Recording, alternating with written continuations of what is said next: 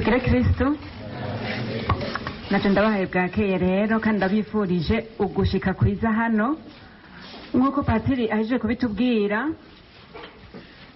si ukubavangira mugabo ni ugutanga irindi shusho nkeka ijana no mu ngiro mbere ibyo mumaze iminsi muyagirwa kandi muzirikana uko mumaze iminsi muvyumva iyi ndwi aha muri iki kibanza mbere no mu bindi bibanza nyene hari umushitsi w'iteka turiko turiteka zoshika ejo umweranda Tereziya w'umwana Yezu mu bisigi vyiwe biragoye kumva ngira ngo bamwe kuri bamwe icyo arico ibisigi mugabo ni ukuvuga ibisigarira vy'umubiri w'umweranda ni ijambo rikomeye kubera ko bifatanya n'ukwemera kw'abantu ko umubiri waramvye n'umutima birafatanye ukunda Imana kandi ukorera Imana unywanye n'Imana uyu mubiri uri n'iteka kandi uri n'ijambo ushobora gushikiriza umuntu wese ari mu mubiri kugira ngo amenye yuko n'umubiri wiwe ufise itogwa ridasanzwe ryo kwitagatifuza no kuba vy'ukuri ico yaremewe ukuba ingoro y'Imana. Imbere yuko tuja kwijambo tuza guhagarara ko mu kuganira twashimye kubanza kubabwira uwo Tereziya w'umwana Yezu uwariwe biraryoshe kumubabarira muti kubera iki kubera vy'ukuri ndavye abenshi muri mwebwe n'umuntu w'urunganwe rwanyu n'umweranda yapfuye afise gusa imyaka 24 ku myaka 24 yari yamaze gushikira ubweranda nkeka no muri mwebwe hari bariko barabwababa mugabo murumva ko ari umutumiro uyo rero nk'uko muvyumva iyi sanamu niyo mubona muganiye tuza guhereza ko ni umwana yavukiye mu muryango nk'abandi bose avukira mu gihugu citwa Alençon mu gisagara citwa Alençon ni mu gihugu c'Ubufaransa Ubufaransa bushira uburengero mu gasagara gato kitwa Alençon avuka ku bavyeyi babiri ngiyo n'inzu babamwe ngira ntihaboneka neza avuka ku bavyeyi Ludovico Maritino hamwe n'uwitwa Zeriya na Ludovico rero barubaka bavyara abana 9 muri abo bana 9 hakuzemwo 5 bane bitaba Imana bakiri bato. Tereziya w'umwana Yezu rero abamubona nabo 5 abo 5 bose babayeho bihebeye Imana kandi bose bihebeye Imana mu biyugaranye mu muryango umwe w'abakarmelite kiretse uwitwa Rehoniya mu babikira yahabwiye yitwa Francisca Maria Teresa kumvo abandi bose bihebeye Imana mu bakarmelite hajya mubona ari 6 no kubera harimo umukuzine wabo Marie Louise nawe nyine yahavuye aja mu babikira rero Tereza w'umwana Yezu n'umuhererezi wabo 9 bavutse nabo 5 nyene babayeho n'umuhererezi w'umuryango yapfutse rero ku itariki 2 z'ukwezi kwa mbere mu mwaka w'1873 acabatizwa haciye imyaka iminsi 2 gusa itariki 4 zibiri z'ukwa mbere 1873 aca abatizwa 4 z'ukwa mbere 1873 nyene murumva yaramaze iminsi 2 bamwita rero Francisca Maria Teresa ayo mazina bayatoye n'ibigirankana kugira ngo yitirirwe Francisco wa Sale hamwe na Teresa w'Iyavira umweranda yarakomeye cyane ico gihe. Teresa arakura bamwigisha gukunda Imana gusenga no gukora utwigoro kugira ngo bamufashe abavyeyi bahora baha abana babo ico bita chapelet de pratique ni ukuvuga ni nk'umugozi umwana akoze akigoro yaca apfundika ifundo yerekana yuko akoze akantu ahaye Yezu akigora ahaye Yezu gushika aho itindika nk'ishapure ku mugoroba rero yarashobora kuvuga ati uyu munsi nigoye incuro 50 nk'akarorero uwo tuvukana Serena yankubise sinamukubita nifundo yansunuye sinamusunura nifundo nagomba gutukana sinatukana nta kigoro, nahitanye ikoti bari bibagiye ku meza nta kigoro, agaca afundika ifundo ryerekana yuko yigoreye Yezu. Aha rero bwari nk'uburyo bwo kubarera, nk'uko no kuri Noweli babatuma kuzana utwatsi, akigoro ukazana akatsi, akandi kigoro uzana akatsi, utwo twatsi tukaza ari tubasasira akana Yezu mw'isenga. Nyina wiwe Seriya ntiyaramvye, kuko hari icyo ntababariye nuko Tereziya atashoboye konka ibere rya nyina, ko nyina yari arwaye cyane, ntiyari bwabimenye, ariko bavuye basanga ari kanseri y'ibere yahavuye muhitana. Tereziya aja konkeshwa ku mugore w'umunyagahinga, aramwonsa hafi umwaka wose, mbere n'ukwezi hejuru. Agaruka kwa nyina amwimenyereza, ndaza kukigaruka ko mu nyigisho kiri nico gisigura. Hanyuma ahava nyina mbere aritaba Imana, Tereziya agifite imyaka 4 gusa. Bashiraho bimuka bava muri ya nzu ya Lanson, bimukira mu gisagara kinini cyane citwa Lisieux, mu nzu bita Le Buissonnet. Iyo yari inzu rero yabo. Aha rero ahakurira ari kumwe na se wiwe, yari karakura, yari umutama. Hanyuma nabo bavukana, ariko igihe nyina wa Tereza apfuye, Tereza yaciye agenda kwita mu maboko ya mukuru we Pauline, amubwira ati kuva uzombera mama. Mugabo naho nyine ntivyatevye, kuko wa undi yita mama nawe yahavuye agenda kwinjira mu babikira, asubira kwitura Mariya bavukana ngo azomurere. Mariya nawe agenda mu babikira nyene. Tereziya carabiheba byose, acavuga ati ubu sindasubira kwiyegeka ku biremwa, nziyegeka ku Mana gusa. Kubera uko kuguma bora aho novuga ngo ahata umutwe, harageze igihe Tereza aba mu mujenyene, aba mu gihe ca solitude, ku buryo yumva ko mbere bimuteye agahinda k'umutima, bifatanye n'izindi ngorane nyinshi yari yagize mu buto. Aha baragwara ingwara n'abaganga byabananiye kuvura, mbere bavuga bati uwo ni mureke n'uwo gupfa. Se wiwe yamara adahebura, amugirishiriza inevene y'imisa kwa Bikira Mariya ku isengero ryitiriwe Bikira Mariya umugabekazi w'intsinzi. Umunsi wa nyuma w'iyo nevene niho Tereza afashwe bukumbi nk'ugira hwere, yatabaza Bikira Mariya kuko hari ico gishusho giteretse impande y'igitanda ciwe aryamyemwo, agwariyemwo. Atubwira tubwo nyene maze kubona ko kwisa atawuntabara, njampindukira umuvyeyi Bikira Mariya ndamwazambira ngo ntabara nkize. Ati muri ako kanya nyene nza mbona ico gishusho ca Bikira Mariya kigize ubuzima, ahinduka vy'ukuri nk'umuntu, umuvyeyi w'urukundo rwinshi. Ariko icanshitse ku mutima n'ukuntu yaciye amwenyurira, amwenyuriye agahinda kanje kose gaca karahera. Muri ako kanya nyene nca ndakira. Ivyo rero vyatumye Bikira Mariya na Tereziya baca bagiranira ubucuti budasanzwe, bwabandanije gushika Tereziya rinde yitaba Imana. Yategera kubwira ndabudashoboka atari mu mutamana wa Bikira Mariya, ni warera abana, ni warera beranda. Aha rero amaze gukira, abandanya gukomeza ubukristo, gukomera afashijwe na bene wabo, araronka ikomuniyo ya mbere. Aha ari kumwe na Serina mukuru we, amurusha hafi imyaka 4, imyaka 3 n'amezi nk'umunani. Aha rero bari kumwe, yakiriye Yezu mu Karistiya, avuga ati jewe ukwakira Yezu mu Karistiya ubwa mbere wabaye nk'umunsi uruta iyindi minsi yo kw'isi yose nabayemo. Ati kandi uwo munsi jewe na Yezu twarakundanye, turanywana. Ndamubwira nti Yezu ndagukunda kandi ndagukunda urutazotirigana.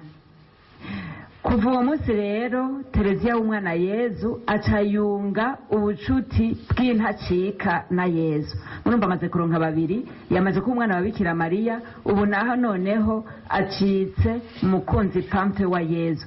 Ukwakira Yezu mu Karistiya kuri Tereziya camye ari ikintu gihambaye cyane, ni evenement, ni ikintu gihambaye cyane, kuko yagira ati burya nakiriye Yezu si jewe nsubira kubaho, ni Yezu aba muri jewe. Arahava noneho yimvira ko kugira ngo akengurukire Yezu muri ivyo vyiza mugirira, yohava noneho agenda mu babikira akihebera Imana. Mugabo aha tubona ariko arabibwira se asaba uruhusha se naho yamuhaye uruhusha abakuru b'ekleziya baramwankiye aca yigira inama abifashijwe na se kwigira i Roma kuvyisabira papa kuko hari hasanzwe urugendo rukoranye wo muri diyoseze aca agenda i Roma mu rugendo rw'amaze ukwezi n'iminsi bagenda gukeza papa Leo wa 13 papa Leo wa 13 yari asanganwe yubire y'imyaka 25 ari umwungere ari papa atarigira rero aha mumubona rero yasokoje insokoze y'abantu bakuze kuko yari umwana w'imyaka 14 kugira niba hamubona acagira ati ni inkumi irakwiye kwihebera Imana acagerageza kugira fensa handeho bari kumusoma mw'ubuto ico nibagiye kubabwira nuko Tereziya imbere yaho yaronse inema ya Noeli ni ikintu gihambaye gose kuko avuga ati naho nari maze kugirirwa ivyo vyiza vyose nagumanye akantu k'ubwana nkaguma ndumuna ariragurika nkaguma n'umuntu ari hypersensible kuva mama apfuye ivyahora binezeza byose birambabaza ntangura kumva byose bimbihira nta numwe nashaka nuko tuvugana nkinyegeza sinshaka n'uwundaba ndize bakamuza ngaca nongera nkarira bambajije igituma narize ngaca nongera nkarira naje nyene nibutse ko narize ngaca nongera nkiyumvira ntinaririye iki ngaca batambwiye batetereza wakoze kwinjiza amashurwe tukaba turagipfuye nkarira ibintu nk'ivyo rero ivyo yabikijijwe n'iki yabikijijwe na Yezu akana Yezu yariko arasaba akana Yezu mu ijoro rya Noeli mu mwaka w'1886 le 24 décembre arasaba Yezu ngo aze yamukura muri iyo nyifato y'abana amugira umuntu akuze ni kuva ico gihe yaciye atangura kumva ko agize ubutwari budasanzwe atangura kuba intwari mu rugambi rwanira Yezu mbere atangura no kugwanira kuja kwihebera Imana ashaka iki ibintu bitatu gukunda Yezu kumukundisha kumukiriza imitima muri iyo mitima gusabira abasaseredoti nizo ntumbero zitatu z'ubuzima bwiwe arahava rero yinjira ngaha mu Karmeli ni kuvuga mu babikira biyugaranye tuvuze abiyugaranye baba biyugaranye nyene ntimugire ngo ngaha muri foyer biyugaranye canke kwa bene Tereza canke kwa bene Maria oya fata nk'aba Clarisse muri mwebwe hariho n'abatazi yuko bangaho mu Ngagara batazi n'ingere basa ni ukuvuga nk'uwo muvukana agiye mu ba Clarisse abasa nk'uwapfuye kuri Tereza yavuga ati jewe ukuja mu babikira bisa ni nk'ugupfa ni nk'ugupfira Yezu nico gituma na mwene wabo Pauline yavuga ati Pauline singisura kumubona hajya asa n'uwapfuye ndahevye rero Tereziya ahava yinjira mu babikira araba umunovisi yitwa afata izina ico gihe barahindura amazina yitwa Tereza w'umwana Yezu n'uwo mu maso heranda ha Yezu amazina abiri afise ico asigura Tereza w'umwana Yezu kubera ashaka kwigana Yezu yigize muto kandi amukengurukire kubera cagitangiro yamugirira cyo kumukura mu bwana n'uwo mu maso heranda ha Yezu kubera ko yategereye ko mu buzima bwiwe Yezu yashatse no kumusangiza ku magogwa yiwe ndaza kubigaruka ko mu kiganiro yitagatifuza rero gukora udukorwa duto twose iyo turiko turavuga beranda umenga turiko turavuga ibintu birengeye mu kirere oya ico nico Tereza y'umwana Yezu aza kwigisha abantu ubweranda si gukora ibihanitse ubweranda ni ugukora bijya nyene usanzwe ukora mugabo wikorana iyindi ntumbero gukunda Yezu kumukundisha kumukiriza imitima ni ukuvuga gushira urukundo rwinshi cyane muri bijya nyene usanzwe ukora kandi ukabikorera Yezu musa kuko hari ibintu ushobora gukora ngo ushimisha abantu cyangwa ngo wironkere igikundiro cyangwa ngo uronke akanyungu nabijya nyene wowe urondera inyungu ikubeshaho banza ubehereze Yezu ntubigira kandi gaciro uko Tereza avuga ati agakorwa gatoyi gakorana urukundo kararushika imazi ibikorwa byinshi bikozwe atarukundo bigira ari mu bandi rero bavukanye biwe yavuye asanga mu Karmeli abo bavukana bane hajya hejuru mubona aritagatifuza mugabo ntiyigeze ashaka ko bamwihereranya nk'uko umengana icibare cabo oya yagira ati naho bamusaba ngo bavugana ari babiri ababwira ati bavukanye turavukana mu nda nabasanze ngaha mugabo ngaha si kwa Maritino aha mu babikira se mu rugo kwa Maritino ntidushobora kuyifata nko muhiri wacu dutegerezwa kuba nk'abandi babikira bose ntiyashima rero guca ku kintu na kimwe c'itegeko. Arabandanya kandi anezerwa nk'abandi bantu bose, kuko ukuja kwiyugarana ntibisigura ukuja kwijigwa. Akina ngamubona ariko arakina iteatre, burya yari umubikira imbere yaho, burya yambaye ivyambagwa vya Jeanne d'Arc umweranda. Ico gihe ariko ashigwa mu beranda, mumona aboshe n'umunyororo, yigana Jeanne d'Arc yagize ubutwari mugabo akabuhogwa kubera ko yagiye kubohoza igihugu yabitumwe n'umukama, kubera batsinzwe agacavuga bati yabataye mu rudubi nta mana yamutumye, bacamucira urubanza mbere gukumwica gupfa. Jeanne d'Arc yapfuye bamuturiye kuri bushe, kera byari bimeze uko bavyumva ukundi. Ico gihe Jeanne d'Arc bariko bamwambika umutamana bashaka kwerekana yuko atabeshe, ahubwo ko vy'ukuri ivyo bamuhora bitari ivy'ukuri na gatoyi, bariko bamurondera kumushira mu beranda. Tereziya akagira ati nanje nka Jeanne d'Arc yapfuye agwanira igihugu ciwe, nshaka gupfa ngwanira Yezu, naho ndi umwana naho ndi muto nzopfa mfise ibigwanisho mu ntoke. Muri rimbo rumwe yanditse avuze ati ewe Yezu, nzogukunda nk'umwana muto nongere nkugwanire nk'umugwanyi akomeye. Je veux t'aimer comme un petit enfant et lutter comme un guerrier vaillant. Aho murumva ko yigana ubwo butwari bwa Jeanne d'Arc. Arabandanya rero abaho nk'abandi bose mu mubano w'abandi bavukanye, urumva ntibari bake, mugabo yaguma ari muwe muto muri bose. Hanyuma arahava, aha tubona afise isanamu ishushanya umutima wiwe, ariryo zina ryiwe Tereza w'umwana Yezu, niwo mu maso heranda ha Yezu.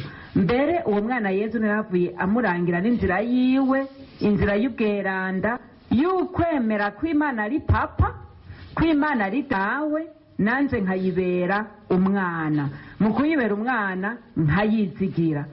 Ivyo vyose rero hava bishushanya mu rwandiko bwita blason, ni ukuvuga igicapo cerekana ivyo yagendeye vyose mu buzima bwiwe. Ibi niwe yavyigiriye, ntawabimugiriye. Munsi mukabona akana Yezu, akana karyamye ni nka Tereziya, mugabo kandi Tereziya arafise ukuntu avuga Yezu yongera yivuga. Akana karyamye mu twahi, mugabo kandi gafise des grains de raisin, utwamwa tw'umuzabibu. Yezu avuga ati utwo dukorwa dutoyi dukora ni nk'utwamwa tw'umuzabibu duha, bambe ni Tereziya bivuga, duha Yezu kugira tumumare inyota, kuko muri waho ku musaraba aguma avuga ati ndanyotewe maze amazi yo kunwa. Tereziya ati burya ntimugire ngo anyotewe amazi yo ku mugezi, anyotewe umutima wanje n'umutima wawe. Nico tuma mu gupfa avuga ngo sinzoruhuka gushika umumarayika avuga iti nzamba ya nyuma ivuga iti umucumuzi wa nyuma arabonye Imana, ni ukuvuga arashikiriye Imana. Igihe hazo hari umucumuzi atarashikira Imana sinzigera nduhuka na rimwe. Ngira jeko nkiriho urumva ntararuhuka, mwebwe ntawubizi. Araheza rero agategera yuko ubuzima bwiwe azobaho akora udukorwa tw'urukundo nk'akaririmbo acurarangira Yezu, akaririmbo k'urukundo. Yitagatifuza rero atyo, ndaza kubigarura ko mu nyigisho mu kanya gato dufise. Yahavuye afatwa ingwara yamufashe yayimenye, ntiyamufashe yayimenye mu kwezi kwa kane, kuwa kane mweranda mu kwezi kwa kane 1886 niho bavuye guterama mwijoro yakorora akazabona yayowa amaraso. Cari ikimenyetso c'uko igituntu camufashe, kandi ico gituntu cagumye ciyongera.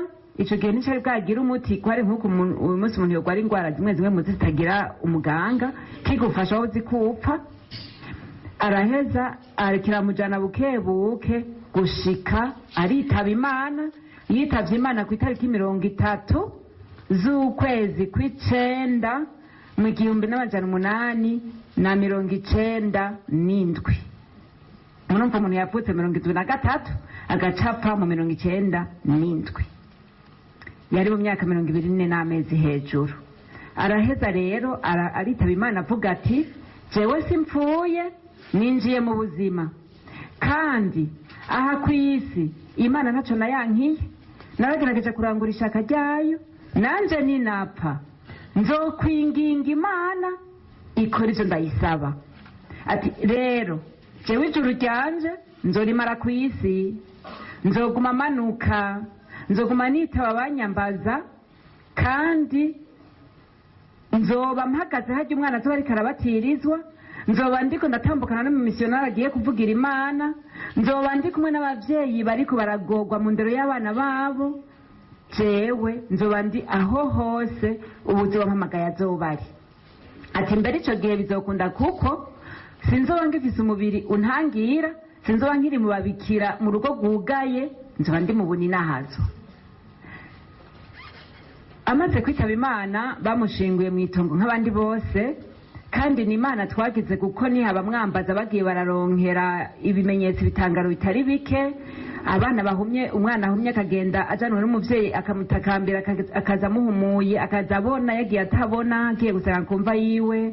Abantu babuze akazi bakajana amadosiye akayabatunganiriza. Abasirikare bagiye mu rugamba bakagenda bakamwambaza akabakingira mu buryo budasanzwe. Tereziya yimenyekanisha gutyo ko by'ukuri ivyo yemeye abirangura. Ubu rero aruhukiye mu Carmel mu Chapelle aho bamwubakiye imva yiwe, baraheza bimura ibisigi vyiwe babizana ngaho. Ko rero yasize avuze ati sinzoruhuka, mwene wabo Serina mukuru we, kuko abo nababwiye ko afise 4 bavukana bakigira 5, yaragerageje gucapa ngo yerekane umutima wagenza Tereza mwene wabo.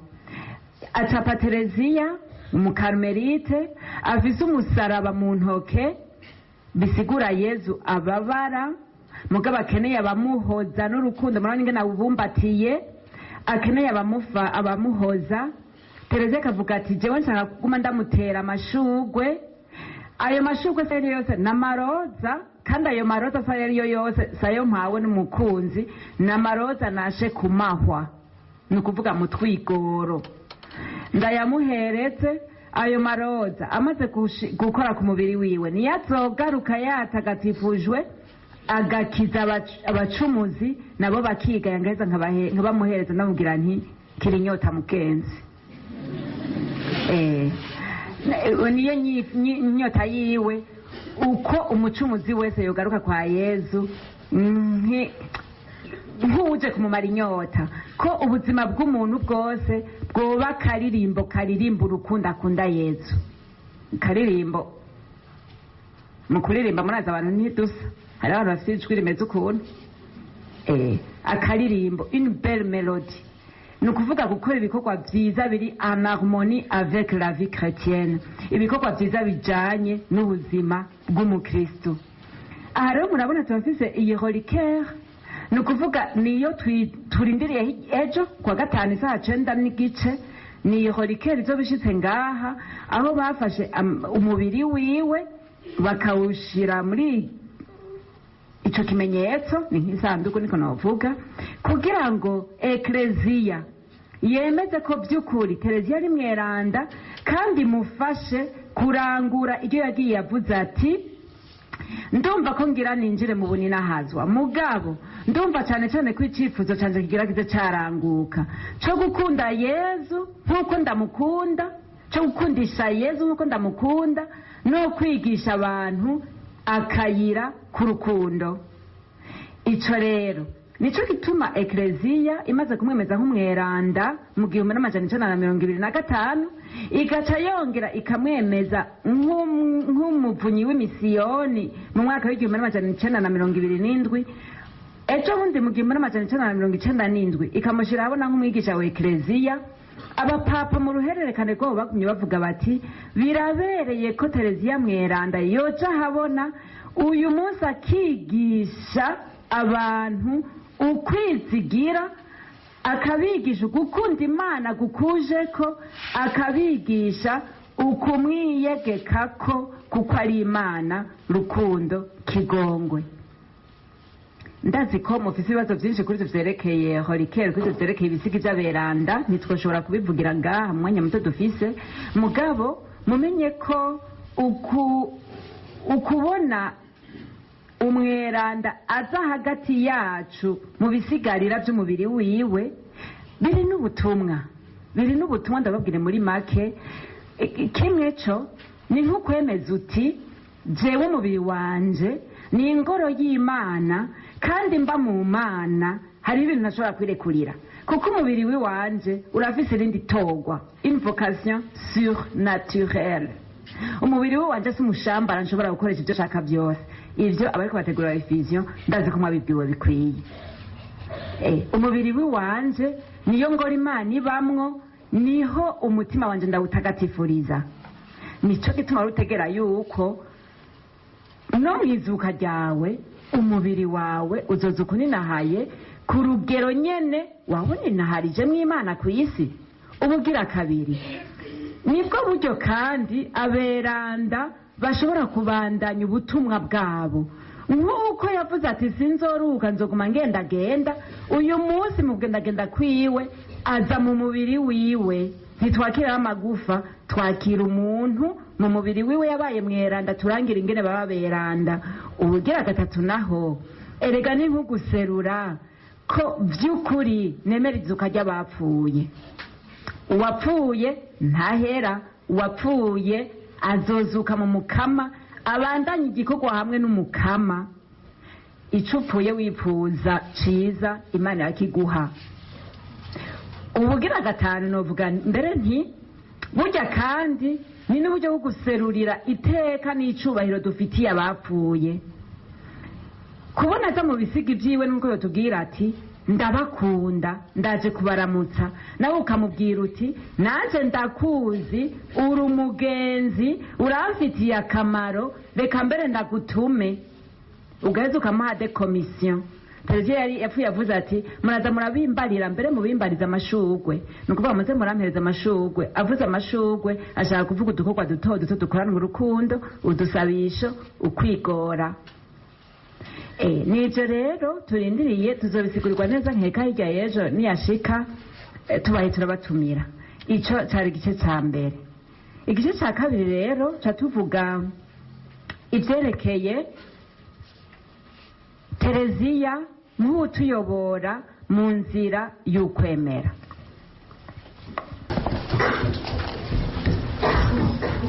Mw'ibaruwa rya mbere umutumwa Pawulo yandikiye Abakorenti, Pawulo mweranda avuga ati, turi mw'ibaruwa rya mbere yandikiwe Abakorenti mu kigabane ca 13 kuva ku murongo wa mbere gushika ku murongo w'8. Mwari muhejeje kubiririmba. Nimurondere ingabirano ziruta izindi. Ubu ngira ngo ndabereka inzira iruta izindi zose. Naho novuga indimi z'abantu n'iz'abamarayika ntafise urukundo, noba meze nk'icuma gihuhuma canke nk'ikinjanja casirana. Naho nogira ingabirano y'uguhanura ku izina ry'Imana, nkamenya amabanga yose n'ubwenge bwose, naho nogira ukwemera kuzuye bwaterura imisozi, ntafise urukundo ntaco noba maze. Naho notanga ivyanje vyose nkagaburira abarushwa, kandi naho nokwita mu muriro ngasha, ntafise urukundo ntaco vyomarira. Urukundo ruriyumanganya, urukundo rugenza runtu, nta shari rugira, ntirukora igitaruranye, ntirurondera akunguko, ntirugira ishavu, ntirubika kabi mu nda, ntirunezerwa n'ubugunge, ariko runezerwa n'ukuri. Rurenza ko muri byose, rwemera byose, rwizigira byose, rurinda byose. Urukundo ntiruhera. Urukundo ntiruhera. Iri ni ijambo ry'Imana.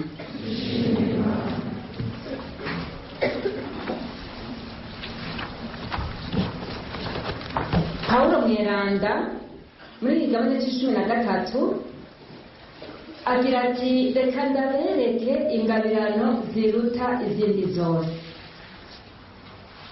Nabonye abatari bake muri mwebwe ari bariko baritegurira Efeso.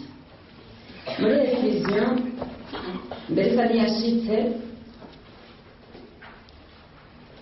barabashimikishirije cyane ku vyerekeye ingabirano za mutima mweranda, kandi bazobafasha kuzinagura muri mwebwe, nako mutima azozinagura muri twebwe, muri mwebwe anazibagabire izo tudafise, cyane cyane anagura ubuzima bwacu.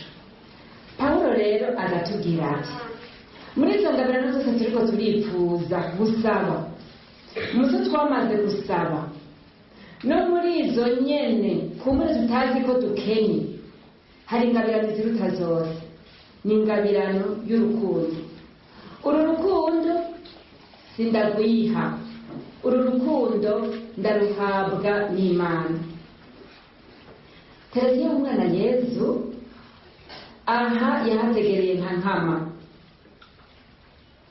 Urukundo ntiruhera, kuko urukundo niyo ngabirano irengeye izindi ngabirano zose zishobora kubaho. Ubwo rukundo ruvahe? Mvuze ubwa mbere ntiruva ku Mana, mugabo murabizi Imana nitanga ngo ihe uwiruka. Imana mu gutanga ikeneye uwakira. Imana yonyine ubwayo ni urukundo rwitanga. Mugabo umuntu nawe abwirizwa kuba umutima wugururiye kwakira.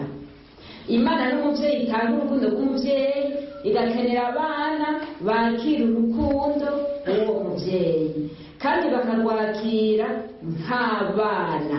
Ni ukuvuga baciye bugufi, bakenguruka, bizeye. Niyo nzira rero Tereziya atwereka kugira ngo umuntu ashike kuri urwo rugero, arakeneye kenshi ishimikiro. Ivyo ubwa mbere tubimenyerezwa mu muryango.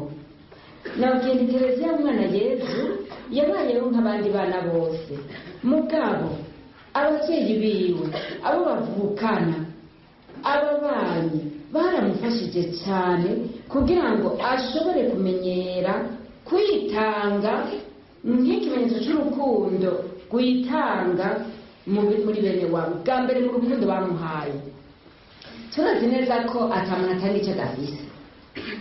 Urukundo abavyeyi bacu batwereka niko kandi kenshi rutubera n'intambwe idufasha gutegera ubwo Imana idukunda. Uvuze abavyeyi kuba bafise, mugabo nta n'umwe adafise umuvyeyi, kuko ubutavyawe n'umuvyeyi abona ngaha arafise umuvyeyi atabona, kandi ari bamubikira bose, arafise Imana.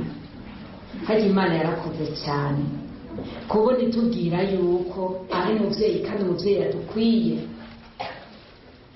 Ntiyatubereye umuvyeyi ngo tubere data gusa, yadubereye Bikira Mariya nka mama, kandi umwakiriye akavuga ati ndafise mama, ndafise papa, ntashobora kuba imfuvyi. Bikunda paraye urashobora no kubagira ukaba imfuvyi ifise abavyeyi. Mugabo ivyo byose birakosorwa na kimwe gusa, urukundo rw'Imana. Urukundo rw'Imana kuko niko ruhambaye. Imana niyo muvyeyi irushaho iruta bose. Imana niyisigara abandi bose bagiye, niyisigara bose bagiye. Tereziya rero yaragize Imana, araronka abavyeyi bamukunda kandi bayimukundisha, bamureresha ijuru. Ejo tumutanga akarorero k'ingene Tereziya akiri muto cyane yakunda kwisimbagiza kuri nyina, amubwira ati we mama, icyo mugapfa mama. Bamukareba ati ni kubera kuri kuranyimwifuriza urupfu. Ati none ga mama, wewe wambariye rubwira abaje mu ijuru babanza gupfa, musaka rero upfe n'ingoga kugira wigire mu ijuru. Nyina mukariye ati we mwana, wowe urakubagana kandi Yesu uramushakuza, wowe uravuga aja mu ijuru. Tereziya ati yo ndazi ngene nzogenda. Nzogenda nyene, kuko ni Yesu nyine kugenda, nzoca nsimbira amaboko yiwawe mama, hanyuma uca umbumbatira, hamuce wigira, azonkuraho njanye, azonkuraho wanshiye mu muriro. rero agategera yuko by'ukuri nyina aramukunda cyane mu buryo bumufasha gutegera ububasha bw'urukundo rw'umubyeyi. Ibyo nibyo yahavuye yoga ko arategera ububasha bw'urukundo rw'Imana ingene bungana.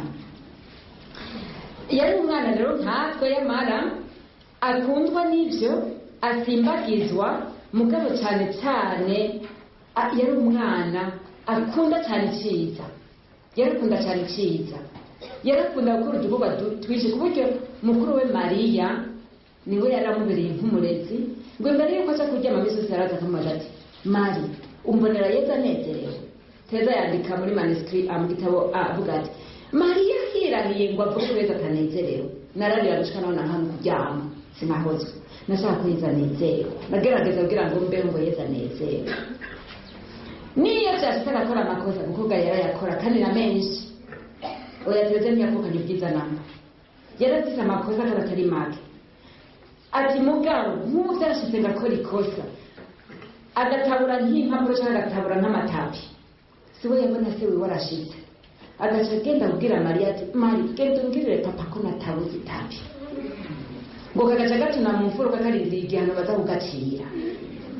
Mugabo ugacira igihano se yamugwa mu nda ati sinzosubira ariko sinzosubira, ariko yarazi ko azosubira, yarazi ko azosubira, none gahe umwana ati naho abonye nyina atashe akiri akana gatoya nk'ubu yakubaganye agakubita abandi bana kajagenda karirukanka imbere ya nyina wiwe kati mama uyu munsi nasunitse Serena gatatu nakubise Victoire kabiri ariko nagerageje kuvoma sinamenye.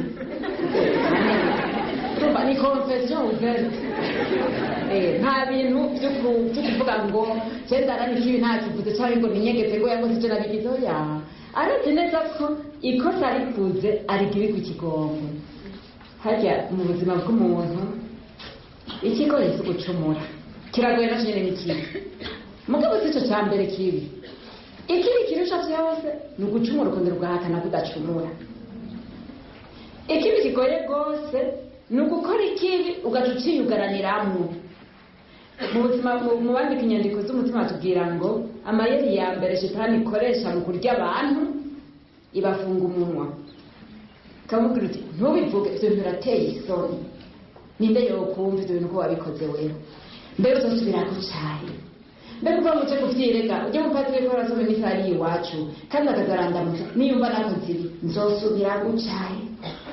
Mbega nk'ubu muhira ko banyiriye bavuga umwana w'akarorero hamwe bokumva ko nagize ibintu ku ishuri nogira ntacyo mvuga kugira agateka kanje kagume. Mbega nk'uko namangaha muri foye noja muri ekute nkaca kuvuga ngo nakoze ibi, mbega nzosubira kuhaca gute bose bazi ko nakoze biki, ugaca uvuga ivyo hejuru ibihambaye ugafuka. Nta kintu gitwara abantu nko gucumura ukongera ugahisha gucumura, nko gukora ikibi ukongera ukaciyugaraniramwo, gukubura amahoro y'umutima ukayabuza n'abandi. Burya nta muntu atanga amahoro atayafise, ntibikunda. Kenshi umuntu adatanga amahoro afise nawe indana ahantu hatameze neza, harashobora kuba agatumba hajya mu mutima w'umuntu akantu agace kanuka, ako gace kanuka ukiyumvira ngo nta n'umwakumva, mugabo ubunuke bwako tubwumva mu buryo ubayeho, mu buryo ukora, mu buryo wishura, mu buryo utambuka, mu buryo umanyagura ibintu, mu buryo naribuze rero nta kintu kigoye gucumura n'ikimwe, mbwa nta kintu kigoye nko gucumura ukongera ugahakana kudacumura, nko gukora ikibi ukongera ukagihakana kutagikora, ukigira intungane. Murabona Yesu burya yari biduhayemo akarorero, muzi murabona inkuru nziza. Yesu ntiyigeze akarira abantu bacumura, ntiyigeze abageragura ngo bashibure, yamye abagirira ikigongo, mugabo yamye aryagagura abafarizayo kubwo kwiyobeka kwabo. Gushika ntabwira amajambo ati mumeze nk'imva imbere n'umunuko inyuma zisayangana nishwagara mwarasize, mugabo indani nibore. Kubera iki? Yesu ntashaka biyorobeka, ni Imana y'urukundo ishaka gutanga urukundo, mugabo ikaruha ubuzi kwake y'urwo rukundo umworo. Muri ibyo byo gukunda nyine Tereziya turangira ntibisigura yuko ibanga ry'urukundo gukunda turihamagariwe gusa mu gihe ibintu bimeze neza kuko nuko nari ndabibabwira ubwa mbere Tereziya Mweranda ntiyagendera ku matapi. Ubwa mbere mbere kuba Tereziya Mweranda yabaye by'ukuri Tereza Maria Francisca nka Mireye nka Aline nka Dorine, yari umwe muri twebwe. Ni ukuvuga yuko yari umuntu ashobora kugira ibintu bitaroranye mugabo agaca bugufi akabyemanga, ariko kandi Tereziya umwana Yezu tubivuze mu majambo dukunda gukoresha ni umwe mu bana bari barakomeretse kurusha n'abandi mbere. Murabyumva ko ubwa mbere ntiyonse nyina, kutonka nyina burya hagati y'ukonka n'umubyeyi y'uwonka n'umubyeyi hariho urukundo, hariho umugozi kenshi utabaye bigira inkurikizi ku mutima w'umwana mbere no mu mutima w'umubyeyi. Ubugira kabiri murumva ko atanguye kwimenyereza nyina ugira asubire kumubera nyina wiwe none hagacaho yera haciye imyaka 3 gusa agarutse muhira, ibiri n'usa agarutse muhira, ico mwaza ko gikomere. Noneho Tereziya arababara cyane kuko ngo aho uko baza kumubwira kondora yanze ngo bamuhoze nk'uko bamuza abandi, bagumye bibaza ngo umwana w'imyaka 4 atategera baja guhoza abakuze nabo bakareka konyene. Mugatereza akavuga ati urupfu rwa mama n'uyu munsi ndarubona nk'uku nyene. Mbere haciye imyaka 15 hatumye mu Bikira mu Karumeli abari bagenda kumwegeranya ati ubwo nyine mbonye iryo sanduku naciye ndibuka isanduku mama yarajyamyemo, ndabona ico kiziga ca mama isubira kubaho nk'uko nari nabaye igihe nari mbaye imfuvyi. Ni ukuvuga ni urupfu kwinjiye mu mutima, hajya urupfu ntirugira amatariki. Igihe nyoko wawe yitaba Imana cyangwa se wawe yitaba Imana cyangwa ukunda yitaba Imana hari umumengano uyu munsi abandi baramubwira ngo urizone ibintu byabaye haciye imyaka 200 kubavyumva ni 200 kuri jewe n'ubu nyene, kuko ubwo rupfu rwanyaze uwo narishize ku mutima wose nagira ngo kumbure nzomugumana. Tereziya rero cyarabaye ikintu kimubabaje mvuga iki kimukomerekeje kuba nawe nyina. Noneho murumva ko giye kwita mu maboko y'uwundi bamubere nyina nawe agaca ayigira mu babikira biyugaranye. Avuga ati n'igihe twaca kuramutsa Paulina uwo mukuru we have yita mama Agnes wa Yesu, igihe twaca kumuramutsa yarakira bose akabaganiriza babaza ibyo muhira asubira cyo yamutunota 2 twanyuma. None mwumva atari afana wapfuye kuri jewe naciye ngira ko mu Karumeli Paulina wanje yapfuye.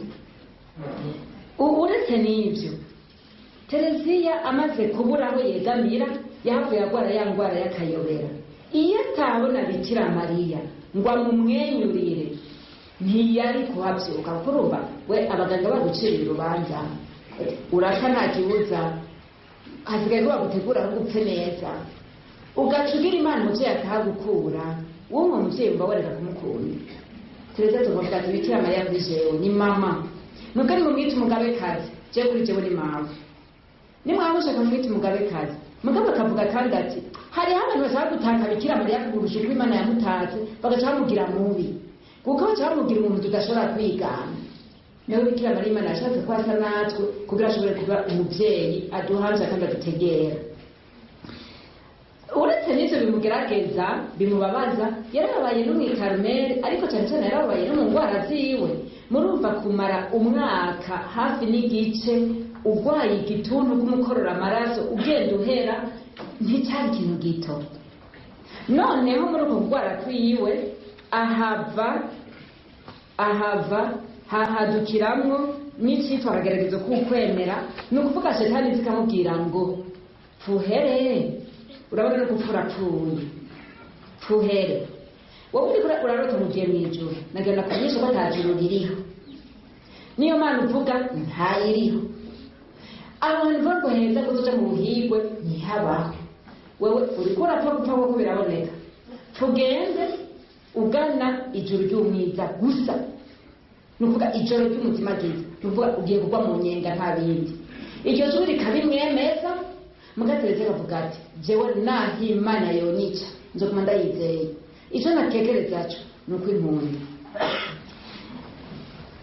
mu kubaho kwiwe rero amaze gutegera urwo rukundo Imana imukunda.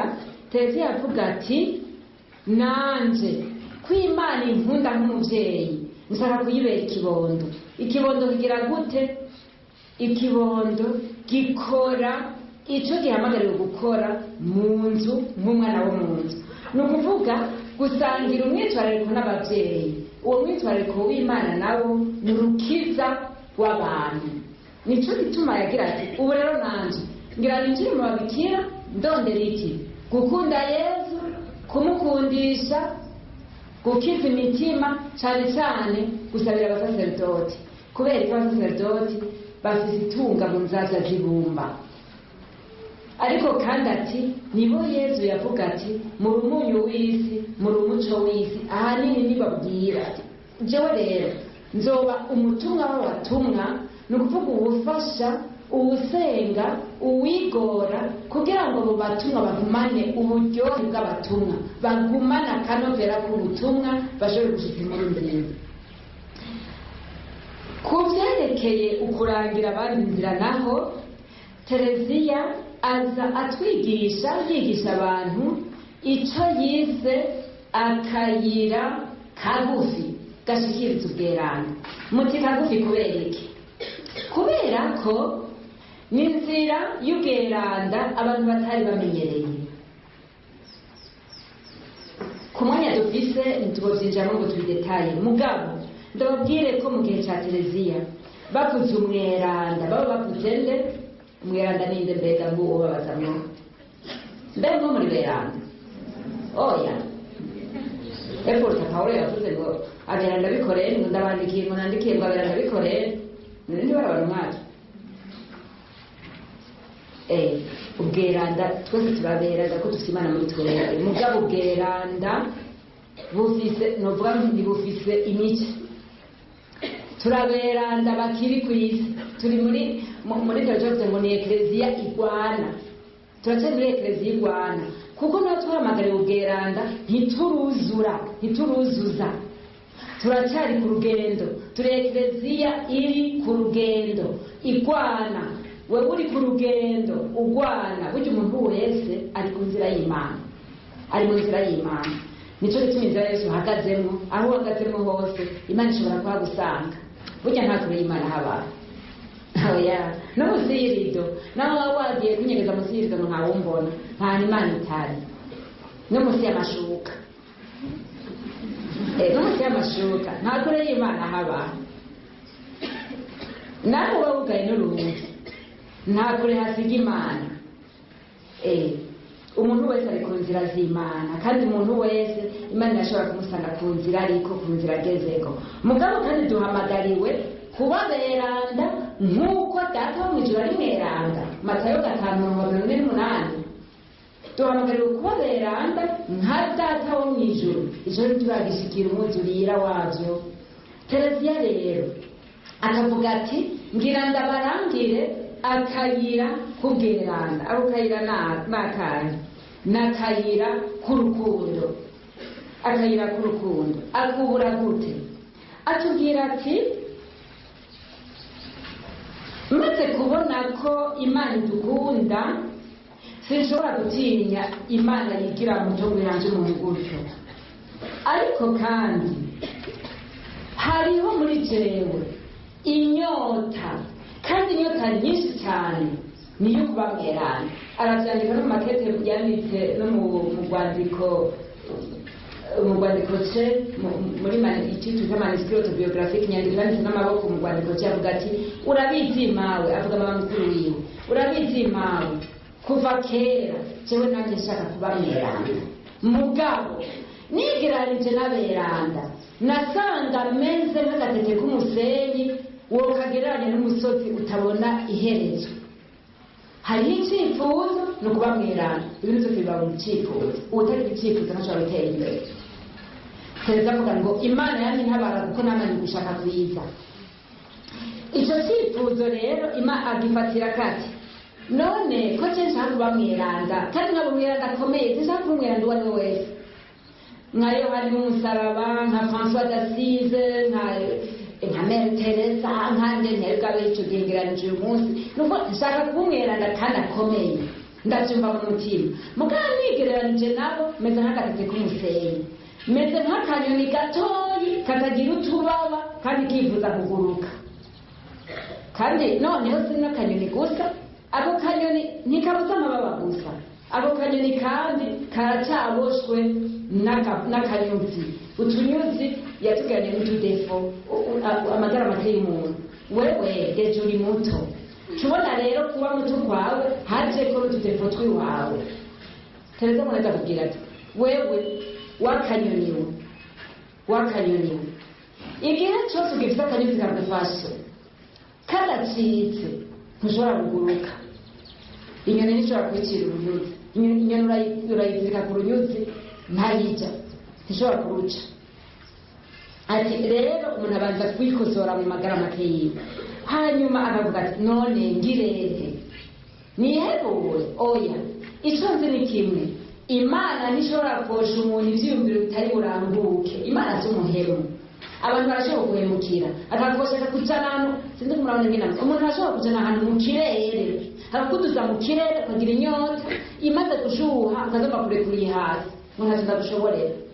Kabura ngo cyangwa nzoguha ikibanza, ngo urabona ngo wewe kuri igishomeri, nzoguha akazi, ugerageze wihangane, cyangwa ndafite ishure nzokuronderera, nabajeje mubajeje none byageze biri mu nzira nziza, yambwiye ngo uzoze, ati buri aho yambwiye ngo zana bulletin ukayizana, ngo none ngo ubuhoko yambwiye ngo cuza rero ngo gira gufata amafoto wagire dossier, akakuduza agereza batakirimo. Hageze kw'ishure ritangurutse, none bwabo ndinze rero niteguye naguze ibikoresho cy'ishuri, ngo sha ngo wapi kweri, ngo urumva ngo ujya mubwire kweri nta kuntu ngo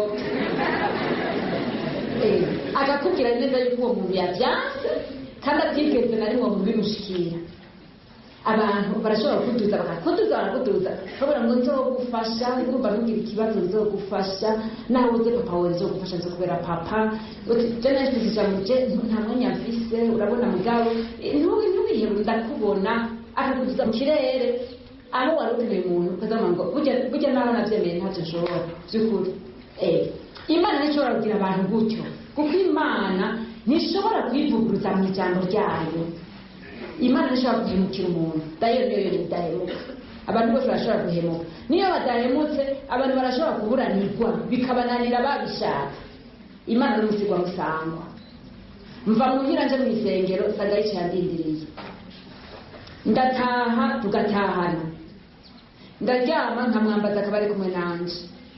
Imana ntishobora kuyibura, abantu bose ndababura ngo Imana ntishobora kuyibura.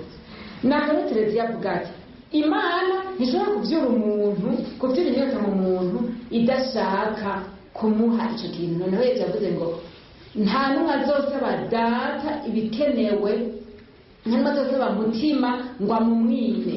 Mwebwe naho muri abantu babi mushobora kwima abana banyu ibikenewe, imfungurwa, jewe ndazi ko data adashobora kubima mutima kandi mumwambaza, azi neza ko yavuze ngo mube beranda kandi umutima ari watutagatifuza.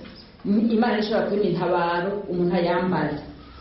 Tereza umwana Yesu akavuga ati jewe rero ndakora ko ibintu yiyumvamo by'ubweranda bufatiye ku rukundo ari iby'ukuri mugabo none ngira iki.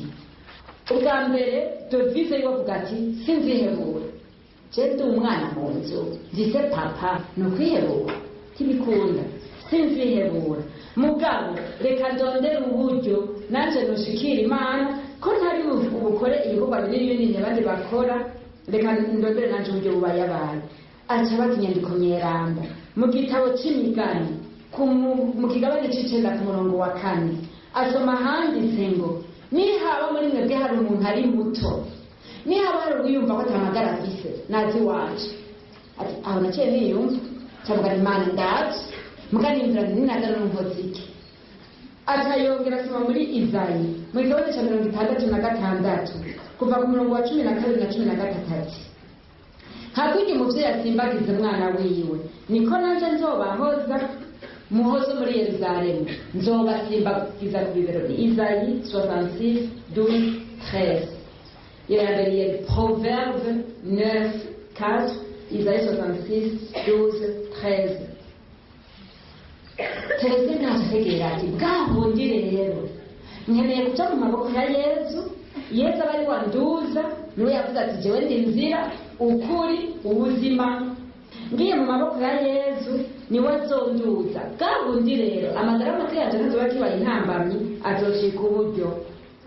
ntikimubuza rero mara kuguma yiyumvira ati none ko jewe numva ashaka kwihebera imana n'umutima wanje wose by'ukuri ikibanza canje noranguriramwo iryo torwa ryo kuba mweranda iryo torwa ryo gukunda ni ikihe naho nyene aca agenda kubaza inyandiko nyeranda arakunda cyane injiri Tereziya arakunda ubwuzure aca agenda kubaza injiri akabaza rero iki kigabane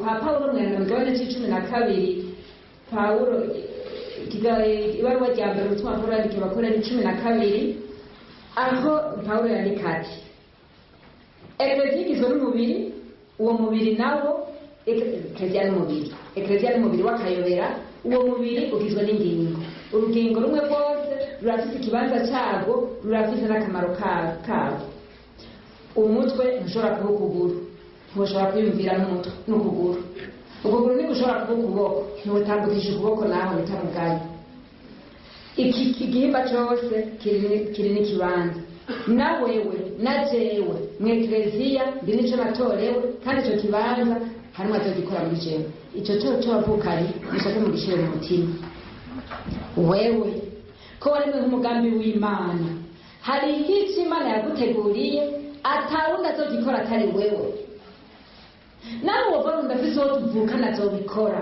azokora ibyiwe wowe uzokora iby'iwawe Imana Tereziya avuga ngo Imana izi guharura gushaka kuri rimwe gusa kimwe iharura abantu ni kimwe nishobora gukora ngo umwe babiri oya nka babiri b'abantu umuntu wese ni nomero imwe kuko nta n'umwe asa n'uwundi nta n'umwe afise Imana ifise ku mugambi nk'umwe ifise ku wundi turi nomero zisobanuye umwe wese imbere y'Imana nico gituma icyo nahamagariwe nta wundi azokiba jewe ntikibaye ubutumwa natorewe nta wundi azoburangura atari jewe ndaburanguye ikibanza mpagazemo nta wundi azogihagararamo ngo akore ibindi ndakora nk'uko ndabikora ku rugero Imana ibimpaye azobikora ku rugero rwiwe no mu kibanza nyine Imana izobimuteretsemo umuntu wese rero arahamagariwe kurangura itorwa ryiwe rimushikana ku bweranda mu buryo Imana imurangira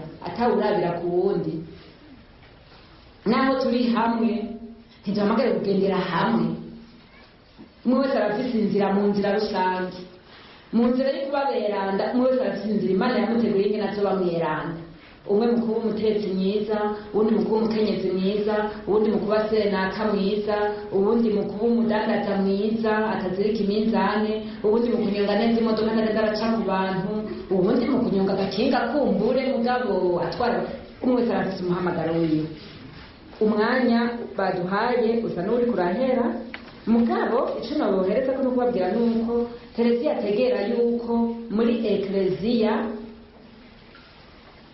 ikintu cya mbere kiruta cyose ari iki twasomye muri 1 Corinthiens 13 naho nokora byose naho nobanza ubwenge mu ishuri bose bagatangara ati nca bwenge naho noronka amakarisme yose nkaza ndavuga indimi mwese mutangariza ibintu ndiko ndavuga atanu mwavyumva ati mbere noshaka kubyinterpreta naho nokora ku bantu bose bagaca bakira ubwo nyene nkabaraba igisho bose bagaca bakira cyangwa bakora ko bagaca bakira naho noronka ijambo ry'umuhanuzi hamwe mvuga ikintu kikaba kirabaye na ntafise urukundo meze nk'ikigunguru kivuga meze nk'ikigunguru uhondagura kikavuza urwamo maze abafaransa bavuze ko le tonneau vide qui font du bruit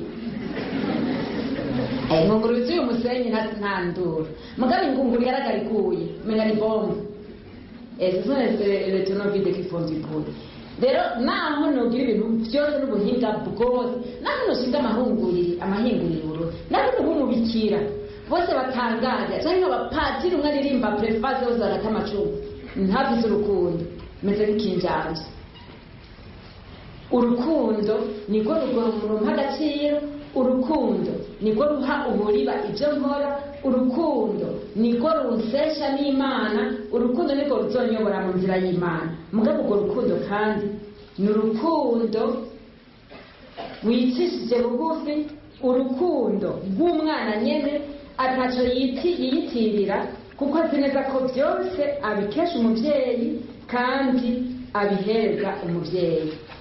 Tereziya rero ati jene nimereye nk'ako kanyoni, jewe sinzirwa ndaboroga, jewe nzishira mu maboko ya Yezu, Yezu aba ari washikana kuri ivyo vyifuzo vyose vise naho ntari bubirangure. Nsozera ndabasaba ko nka Tereziya mweranda twokwiga ibintu bitatu nyamukuru. Ikintu ca mbere, gukunda Yezu n'umutima wacu wose, gukunda Yezu n'umutima wacu wose kugira ngo atwigishe gukunda Imana se nka dawe. Gukunda Yezu n'umutima wacu wose kugira ngo atwigishe gukunda Imana se nka dawe, tumwakira nka dawe, apana nka data wacu, oya nka dawe. Ubugira kabiri, maze gutegera urwo rukundo, mbe umwana wo mu nzu. Cyane cyane kubatumira uyu munsi kuba by'ukuri abana bo mu nzu muri ekleziya, kuba abana bo mu nzu, apana abapangayi, apana bazanano sa mvuze ngo kuba abana bo mu nzu, tube nk'abana bo mu nzu. Umwana wo mu nzu agira umwicariko wo mu nzu, atera iteka inzu. Cyangwa nakire Yezu Kristo akanyigisha kwakira se wiwe nka dawe. Mwumva je ndi umwana w'umwami, ndi umwana w'umwami. Umwana w'umwami nawe hari iteka rimuranga, hari umwana w'umwami, hari ibintu adashobora kwirekurira kandi murabyumva. Hari indero y'ibwami, sivyo? Sivyo? Hari indero y'ibwami, hari indero y'abana b'abami, hariho imvugo y'abana b'abami, hariho inyambaro y'abana b'abami, hariho ibibanza abana b'abami badashobora kujamwo, hariho inkino abana b'abami badakina kubera iteka ryabo. Jewe ndi umwana w'umwami, ndi umwana wa papa, sinshobora kwigeza nk'umwana w'umuzanano. Ikigira gatatu, kwakira Bikira Mariya nk'umuvyeyi arera beranda. Sinagurima ndavuga ngo mawe ivyo murumva ni totoroje. Mugabo kwakira Bikira Mariya nk'umuvyeyi arera beranda ni ukuvuga ni mawe, mugabo ampisi yukuba mawe niwe azi ingene yondera kugira ngo mbere ryaba nk'iki kuba umwana w'umwami. Ni umwamikazi, ni umwamikazi ashinzwe kurera abana b'abami. Kumwakira rero kugira ngo abe ari wa mpindero nziza, abe ari wa nyobora, abe ari wa nkingira, abe ari wa ntambutsa mu ngendo no mu kubaho kw'abana b'abami. Ubwa nyuma rero, kugira umugambi mwiza ntabanduka w'ubuzima, kugira umugambi mwiza ntabanduka w'ubuzima. Tereziya avuga ngo jewe icyantunze, icyo Imana yafatiyeko ni ugushaka kwiza namanye. La bonne volonté ne m'a jamais fait défaut. Burya ubusaba ntibusaba icyazi. Kugira umugambi rero ukomeye w'ubuzima, umugambi ntabanduka mvuga nti bwira bwaca, imvura yagwa canke yahita, imbeho yatera canke yareka, jewe ndafise umugambi mwiza ubaranye n'abana b'abami. Uwo mugambi ntegerezwa kuwushitsa, nkawutura Imana, nkawushinga Bikira Mariya akaba ari wanyobora. Imana nayo ibonye gushaka kwiza umuntu afise ntishobora kutamutabara. Ibigora ntibibura, inkuba ntizibura kwasana, mugabo ukuboko kw'Imana kwamye gufise intsinzi. Ijambo ryawe ry'umuntu ryamye ntiryigeze riba ijambo rya nyuma. Ndabifurije rero nka Tereziya gukura mu mutamana wa Bikira Mariya, gukunda Yezu, kumukundisha no kumufasha gukiza imitima, cyane cyane gukomera ku mugambi mwiza w'ubuzima. Tugire Kristo. Nguyu Mama Josephine Theoine ariko ndababwira 22 yihebeye Imana mu muryango wa bene Tereziya, akaba kandi akunda cyane Yezu na Tereziya.